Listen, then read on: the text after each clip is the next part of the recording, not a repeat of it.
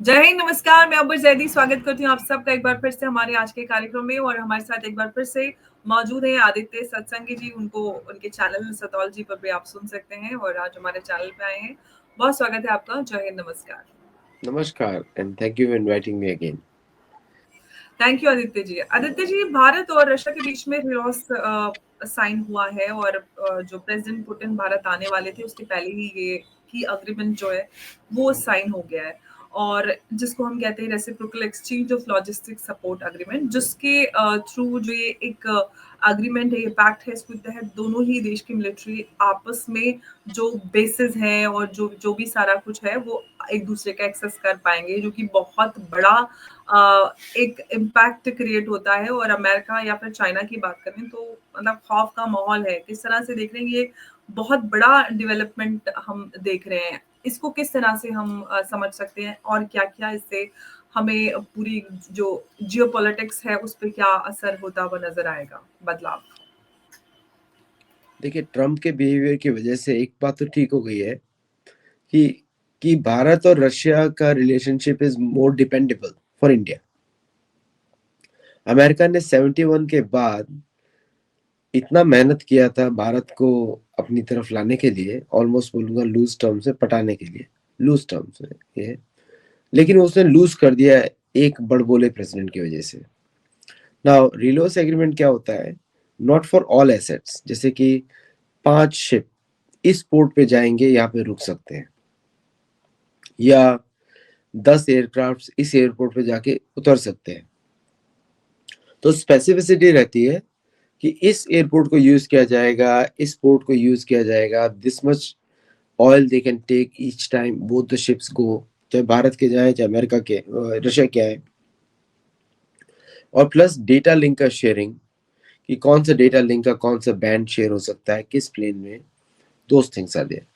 Bharat already Russia के hardware platforms use करता है, प्लेटफॉर्म्स, सॉफ्टवेयर हमारा होता है और ऑपरेटिंग सिस्टम भी हमारा होता है।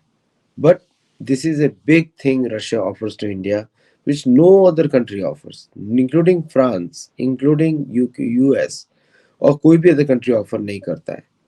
प्लस भारत और रशिया के बड़े सक्सेसफुल जॉइंट प्रोजेक्ट्स हैं, जैसे कि ब्राह्मोस, जिसको P90 ऑनिक्स बोलते हैं रशिया में, बट भारत जो ब्राह्मोस बनाता है उसी मिसाइल का दूसरा वेरिएंट है विद द इंडियन सॉफ्टवेयर उसके अंदर। प्लस प्लस जो है, these are all part of the reloss agreement, जो sharing of berthing rights in each others country. तो भारत को भी फुटहोल्ड मिलता है आर्कटिक में और उनको फुटहोल्ड मिलता है इंडियन ओशन में। आपने रिसेंटली देखा होगा कि 2 भारतीय शिप्स, एक का नाम विराट था और दूसरा का नाम मुझे पता नहीं, ठीक से याद नहीं अभी, 2 ships were attacked near Turkey in Black Sea by Ukraine using remotely controlled submarines। तो अब वो जो अटैक हुआ था वहां पे, इस तरह के एग्रीमेंट के बाद उसकी इम्पॉसिबिलिटी बढ़ जाती है, इट वोंट हैपन अगेन। और ऐसा नहीं है कि भारत ने तेल खरीदना बंद कर दिया है। Despite all American sanctions, Bharat जो है ने कंटिन्यूअसली तेल खरीद रहा है। तो वो 2 शैलो टैंकर्स पे अटैक हुआ था। अब जब इस तरह का रिलोस एग्रीमेंट होता है तो Russian planes can fly from Indian bases and take care of any emergency in near the Black Sea. और रशिया के पास लॉन्ग रेंज प्लेन्स हैं जो अभी वो उड़ा रहे थे from Russia, from the east and north. तो इंडियन ओशन रीजन से 80% ट्रेड जाता है। Having Russian planes in India, जो कि purely will be defensive and only information gathering. Russia भी नहीं चाहेगा कि इंडिया के ऑफेंसिव प्लेटफॉर्म आर्कटिक में डिप्लॉय हो, और इंडिया भी नहीं चाहेगा Russian offensive platforms are deployed in Indian ocean. तो it will be mostly for information sharing and intelligence collection. तो इससे रशिया को बहुत फायदा है, because they are with a very powerful arm forces, और इंडिया को भी बहुत फायदा है कि they are with very powerful arm forces. तो दोनों का जो स्पेशल स्ट्रेटेजिक पार्टनरशिप है has now moved 2 levels up now than whatever it was till now। और डूमा में तो आप देख ही रहे होंगे कितने सारे विजिट्स हुए हैं, जयशंकर जी के, डोवाल के, फिर बाकी प्राइम मिनिस्टर्स की विजिट हुई है अलग-अलग फोरम्स में, तो ये सब इसी की तरफ था। और it will be dotted sign, बोलते हैं ना साइन टिल द टी, और प्लस फिर उसके बाद जो है इस तरह के एग्रीमेंट साइन होने के बाद ना एक्शनेबल आइटम्स जो होंगे कि what is a protocol of visit, what is a protocol, ये सब चीजें लाइंड अप हो जाती हैं। It is good for Bharat in a very big way.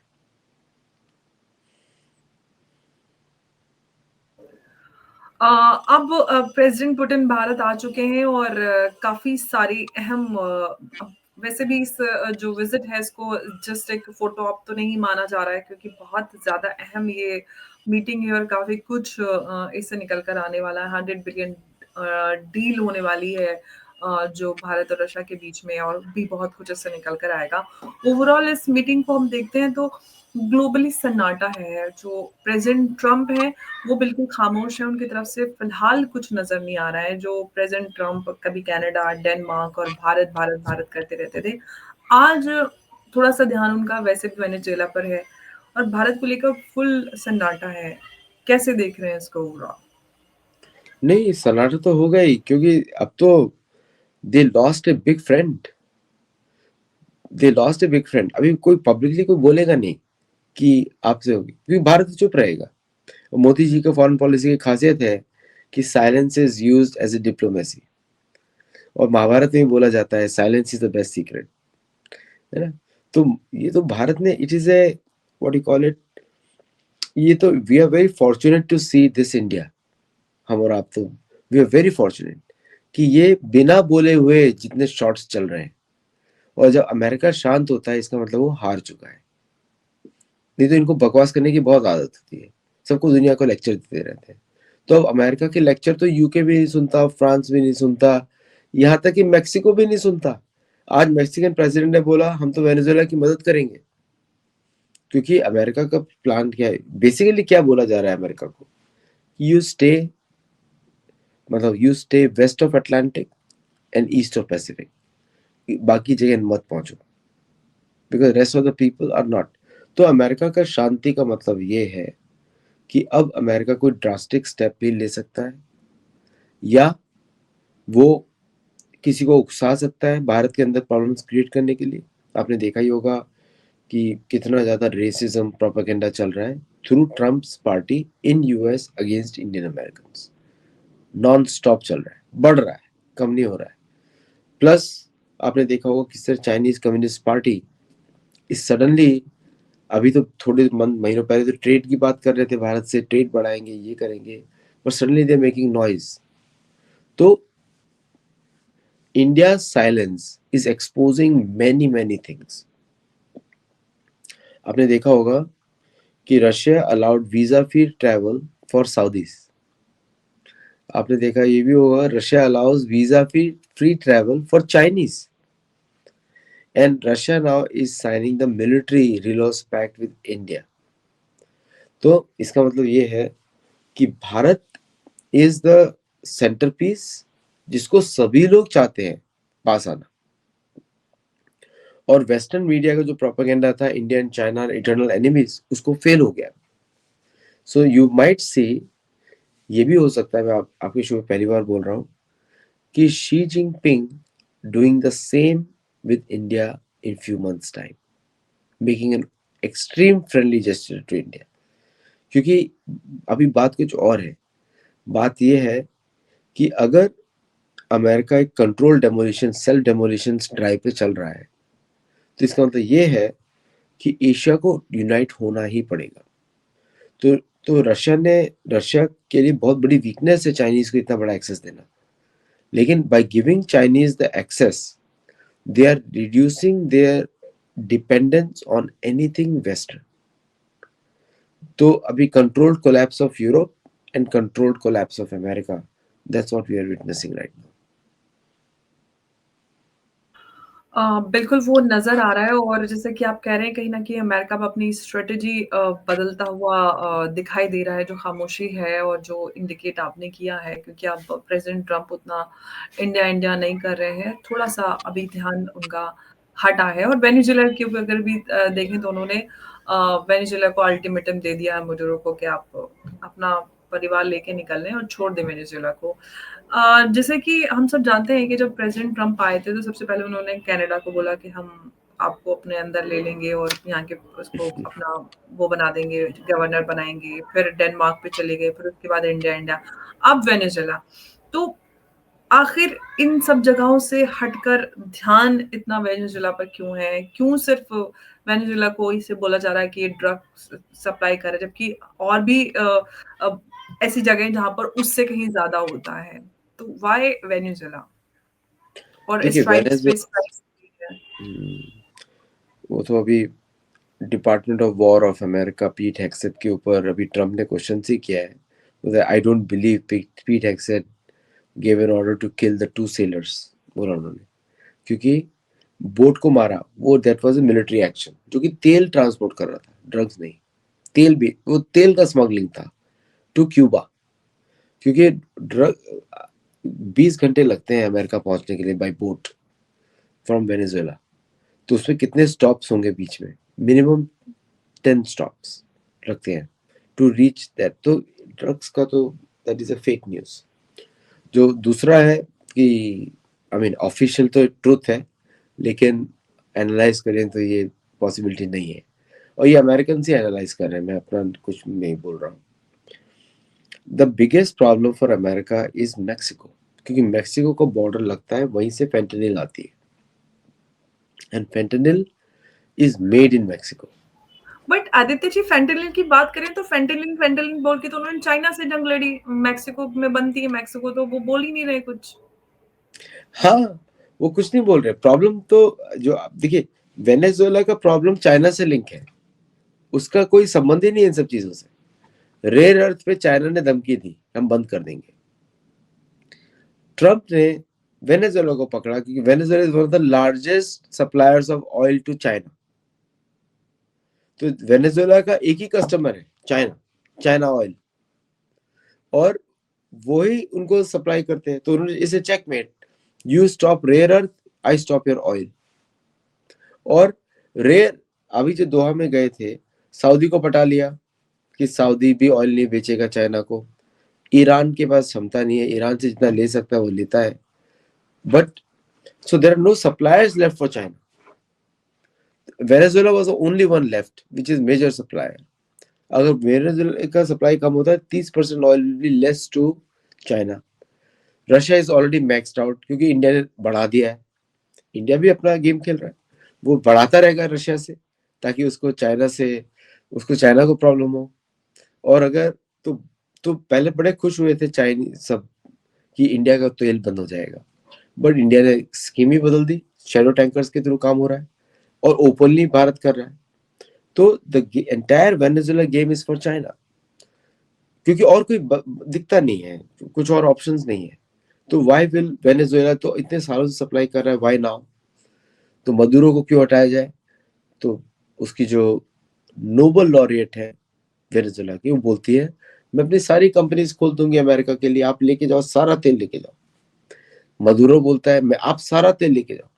Maduro also offer the same thing to Trump, but Trump ने बोला नहीं, हमको आपको बॉम्बिंग करनी है, रीजन कुछ और है। Trump wants to break the BRICS, the threat is to Brazil, और वेनेजुएला पे करके चाइना को कंट्रोल किया फॉर द ऑयल सप्लाई। और तीसरा मैक्सिको पे अब करेंगे to stop the drug supply, fentanyl supply, not drug supply. तो लेकिन इसमें तो किंग तो इंडिया है। The reason is India is supposedly negotiating with USA, जो कि पोस्टपोन हो गया। India is fighting with China for protecting its borders, Arunachal Pradesh. India is the one who is having deal with Russia for weapons exchange. India is buying planes from France. India is having good relations with Saudi, क्योंकि जो Saudi का deal हुआ है वो PoK के लिए है। Okay, तो पीओके पे ये इस ग्रैंड चेस पीस। अब लोगों को लगेगा मैं पीओके की सडनली बात क्या कर रहा हूँ, बिकॉज आपको याद होगा Saudi is paying for Pakistani troops in Yemen, और रशिया और सऊदी का जो डील है visa free access. It is because कि now आपको मालूम है अभी MBS थे यूएस में, बड़ी बड़ी डील्स की अनाउंसमेंट्स हुई, लेकिन कौन सा पेपर वर्क आपको दिखा? नथिंग. क्योंकि as long as America supports Qatar, Saudi will never sign any deal. Qatar is the American base इनके बैकयार्ड में है और उससे वो बहुत सारे एक्शंस लेते हैं, आपने देखा ही होगा शुरू में. सो ओवरऑल वेनेजुएला का जो एक्शन अमेरिका ले रहा है, that is only for controlling China.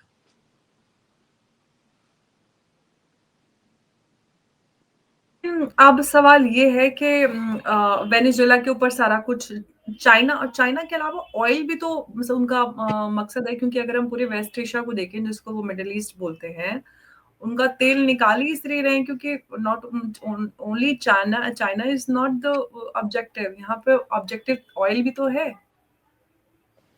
देखिए, Venezuela has more oil than Saudi Arabia. It is still a poor country, क्योंकि उन्होंने अमेरिकन को सप्लाई नहीं कर रहे, और अमेरिकन को ऑयल की जरूरत भी नहीं है. By the way, they are already happy with Middle East, क्योंकि जो कैस्पियन सी का जो ऑयल है, सेंट्रल एशिया का जो ऑयल है, वो रशिया की कोऑपरेशन से अमेरिका को मिलता है. सो एक्सॉन मोबिल ये सब उसी के लिए चल रहा है, कैस्पियन पाइपलाइन पे. तो अमेरिका को ऑयल की जरूरत नहीं है फ्रॉम वेनेजुएला. अमेरिका को चाइना का तेल रोकना है या निकालना है, अब जो भी बोल दीजिए. So the point is not US, the point is China. तो चाइना बहुत उछल रहे थे रेयर अर्थ के ऊपर, and China did the same mistake what the America did with sanctions, same mistake. तो इसीलिए अब भारत भी अभी उस अपने खुद की मैग्नेट्स बनाना शुरू कर दिया है उसने. तो you will see within 1 year Bharat will make its own magnets. China made the same mistake which जी डिड और America did for not supplying engines to India. America ने ये सब गेम खेला. तो now India is forced to buy Rafale and Su-57. तो उससे किसका नुकसान हुआ? प्लस सैफरन के साथ डील शुरू हो गया. सो उसमें नुकसान हुआ, अमेरिका का नुकसान हुआ. तो और आपने जो तेल की बात करी, सऊदी अरेबिया, इसका अमेरिका तो कितने सालों से उनको लूट रहा है, कितने सालों से. तो वो लोग तेल निकालता है अमेरिका, फिर उनको फेक डॉलर्स दे देता है, वो डॉलर्स को कोई वैल्यू नहीं, पेट पे छाप रहे वो लोग. फिर उसी डॉलर्स को वापस लेता है, वापस दे देता है.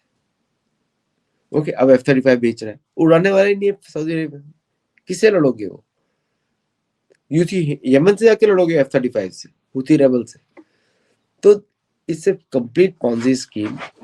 सबको मालूम है कि Saudi family gets lot of protection in America, और सऊदी फैमिली छोटी सी फैमिली है, और वैसे वो मोदी जी के भाई भी है, MBS ब्रदर, डेकोरेटेड ब्रदर. तो डील कुछ और ही है. डील है ग्रेटर इजराइल, डील है controlling Syrian nonsense, controlling Qatar. तो अमेरिका का ही बेस है, तो इट इज नॉट, कतर कोई है ही नहीं, is American entity.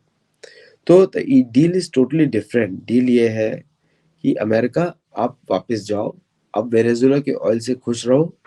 Late Saudi supply oil to China, Iran supply oil to China, and others are happy. So Asia remains happy for Asia, America remains happy for America. But problem एक और आ जाती है, there is no buying power in America. अगर आप seller हो, खरीदेगा कौन? सारे खरीदने वाले तो धनदान लोग तो एशिया में बैठे हुए, किसको बेचोगे आप? सो बहुत जल्दी जियोपॉलिटिक्स चेंज हो रही है, and you will see that आपको, अगर आप ठीक से ध्यान से देखें, that the Modi government, the Bharat is at the forefront in making deals. बिल्कुल, वो तो हमें सब कुछ दिख ही रहा है. और अब प्रेज़िडेंट पुतिन भारत आ चुके हैं और 4 और 5 दिसंबर भारत में रहेंगे, और इन 2 दिनों में और भी बड़े-बड़े धमाके दार डील्स और जो पैक्ट्स हैं हमें वो देखने के लिए नज़र आएगा. और क्या कुछ इसमें और डेवलपमेंट्स होंगे वो तो आगे और पता चलेगा, क्योंकि बहुत सारी चीज़ें तो हमें पहले से ही क्लियर हो गया है. जैसे कि हम ये रीलॉस की बात कर रहे हैं, और भी $100 बिलियन जो पैक्ट है, उसकी भी बात काफ़ी स ज़्यादा चर्चा हो रही है। लेकिन आदित्य जी, ओवरऑल अगर हम प्रेज़िडेंट ट्रम्प को समझने की कोशिश करें, जिस तरह से वो चल रहे हैं, अभी अगर भारत को लेकर जिस तरह से शांति है, और रशिया और भारत नज़दीक आ रहे हैं, चाइना के साथ भी हमारे संबंध बेहतर हो रहे हैं। तो ऐसे में जो ओवरऑल वैसे भी पाकिस्तान को लेकर भी, जहाँ पे पाकिस्तान में भी काफ़ी उथल-पुथल मची हुई है, और उधर भी वो उल्टा-सीधा करने के लिए भारत को ऑफ कोर्स पूरे ही रीजन में उनको आँख लगा के रखनी है, और सारा कुछ वो देखना चाहते हैं। तो अब इन बदलते हुए हालातों में आपको वो लग रहा है कि प्रेज़िडेंट ट्रम्प कुछ अपनी पॉलिसी में बदलाव लाएँगे, या उनके पास ऑप्शंस ही नहीं है। मेरे को लगता है उनकी टीम तो पूरा, देखिए क्या होता है कि एक यूएस जो है वन मैन शो में घुस गया है, हुँ, और जो करेक्शन करने चाहिए थे स्टेट डिपार्टमेंट को, वो सब तो लॉस हो गए।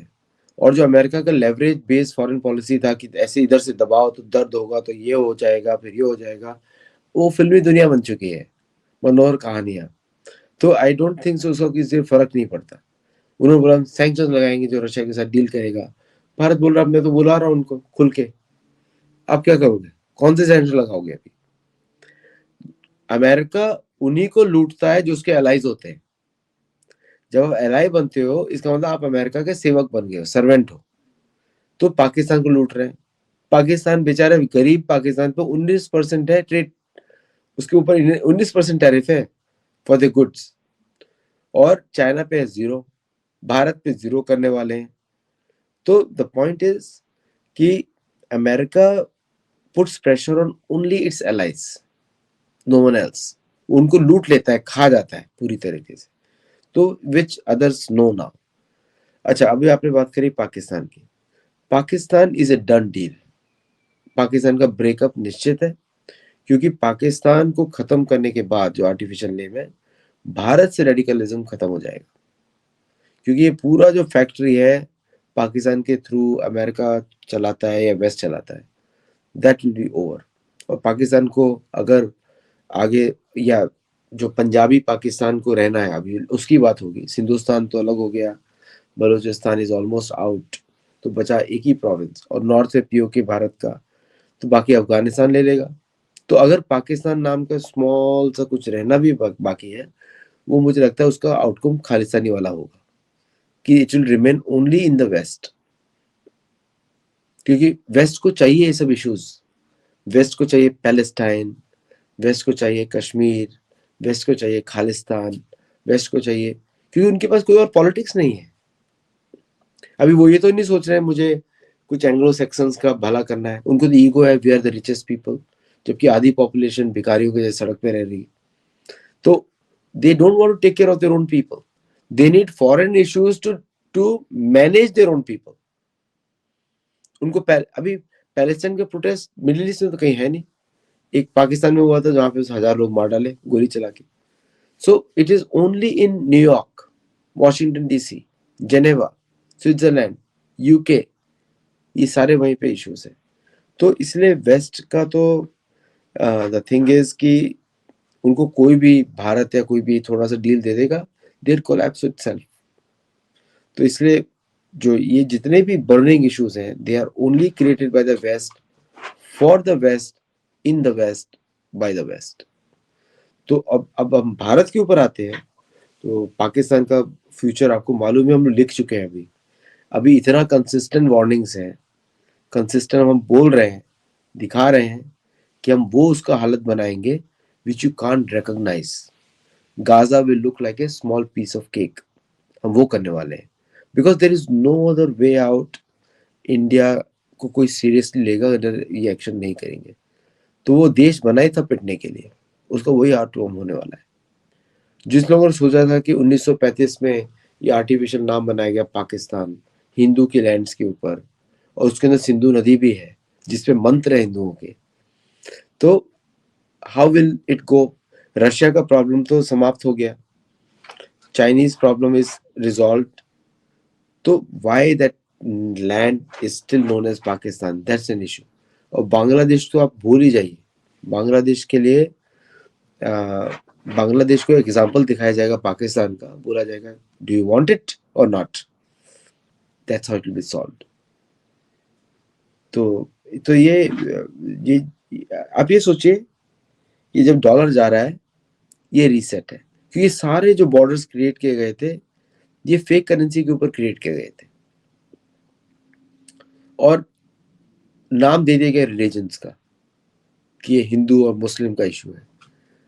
वो उस समय भी रशिया का एक्सपेंशन को रोकने के लिए किया गया था और आज भी अब उसकी जरूरत नहीं पड़ी है, तो इसलिए वो रीजन चला गया। तो जो भी इसको मानता है कि ये हिंदू मुसलमान का लड़ाई था उसके था, वो नहीं है। क्योंकि अगर आप ध्यान से पढ़ें इतिहास को, 1857 में हिंदू मुस्लिम थिंग रिजॉल्व हो गया, हिंदू राष्ट्र है, हिंदू राष्ट्र रहेगा। 1857 में रिजॉल्व हो गया जब हिंदू और मुसलमानों ने साथ में मिलके अंग्रेजों को के ऊपर अटैक किया। क्रिश्चियन रूल खत्म हो गया 1947 में। ना 2025 में अब दोनों की जरूरत नहीं है, तो बॉर्डर से यूनाइट होंगे ही अब। और जो पाकिस्तान तो सबको मालूम ही है कि फेल्ड स्टेट है, इसको रिलीजन का इश्यू कभी मानिए मत। जबकि यद्यपि ये बात भी सही है कि उस बुक के बेसिस पे कितना नरसंहार हुआ है फॉर नो रीजन, काफिर बोल के, काफिर फोबिया क्रिएट करके, all this things, you know. तो काफिर फोबिया से नुकसान तो उसी को होता है जो काफिर फोबिया करता है, दूसरे को नुकसान नहीं होता है। So I think it's a time of resetting the borders, और इसलिए ये सारे जियोपॉलिटिक्स आप देख रहे हैं। बट मुझे नहीं लगता कि कोई भी ट्रम्प की चुप्पी दिखा रही है कि भाई they have resign to their fate.